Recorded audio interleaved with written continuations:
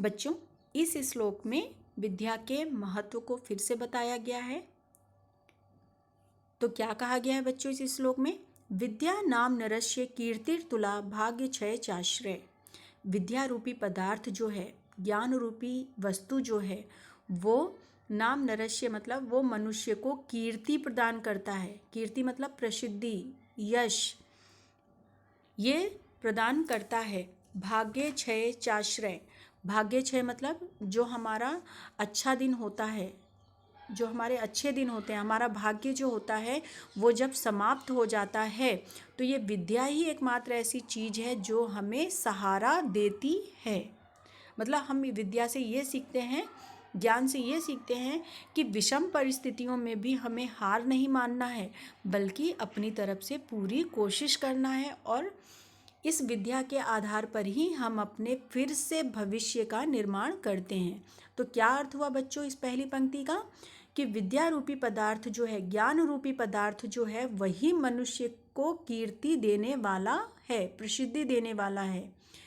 यदि व्यक्ति का भाग्य नष्ट हो जाता है, अच्छे दिन समाप्त हो जाते हैं, तो विद्या ही उसको आश्रय प्रदान करता है, यानी नया राह दिखाता है, सहारा देता है।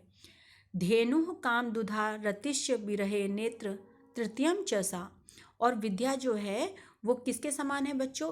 काम धेनु, यानी एक धेनु मतलब होता है गाय, काम दुधा मतलब जो इच्छा को पूर्ण करने वाली गाय होती है ना, जो भी हम इच्छा चाहते हैं, जो हमारी हर इच्छा को पूर्ति करने वाला होता है, उस गाय की तुलना किससे की गई है? विद्या से। मतलब जो विद्या है वो कामधेनु गाय के समान है, जो हमारी हर इच्छा को पूर्ण करती है।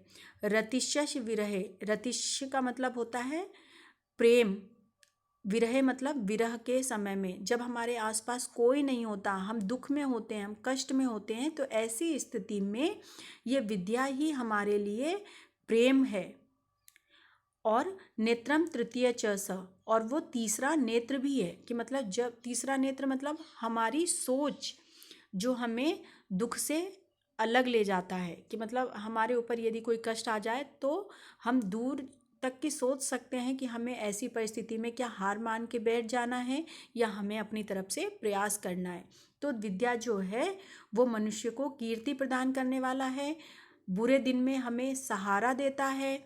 विद्या जो है हमारी इच्छा पूर्ति वाली गाय के समान, कामधेनु के समान है। वियोग में, विरह में हमारे लिए प्रेम के समान है। और तीसरा नेत्र भी है। सत्कार्यातनम कुलस्य महिमा रत्न वैर्णाभूषणम। सत्कार्यतनम का मतलब होता है सम्मान का केंद्र। मतलब जिसके पास ये विद्या है उसका और उसके कुल का, उसके वंश का ये क्या करता है? मान और सम्मान बढ़ाने वाला है। जो व्यक्ति विद्या और ज्ञान से परिपूर्ण है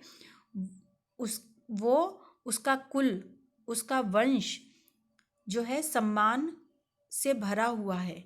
और उसकी महिमा जो है, उसकी प्रसिद्धि जो है वो आभूषणों से भी बड़ी है। चाहे उसके पास रत्ने वीणा मतलब चाहे उसके पास धन हो या ना हो, लेकिन उसके कुल की महिमा किससे है? उसके कुल किससे महान है? उसका वंश किससे महान है?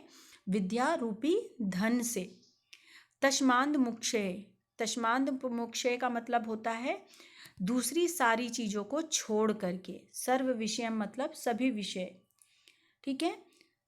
दूसरी सर्व विषय मतलब सारे जो नश्वर चीज़ें हैं, जो समाप्त होने वाली हैं समय के साथ, उन सभी विषयों को छोड़ करके केवल विद्या पर ही अपना अधिकार करने की आवश्यकता है। अर्थात मनुष्य को किस पर ध्यान लगाना चाहिए? विद्या पर, ज्ञान अर्जन करने पर ही अपना ध्यान केंद्रित करना चाहिए। बाकी सारी चीज़ों को छोड़ देना चाहिए। आई होप आप लोग को समझ में आ गया होगा बच्चों। अब आप लोग इस वीडियो को बहुत ध्यान से देखिए और कोई डाउट हो तो पूछिए। ओके।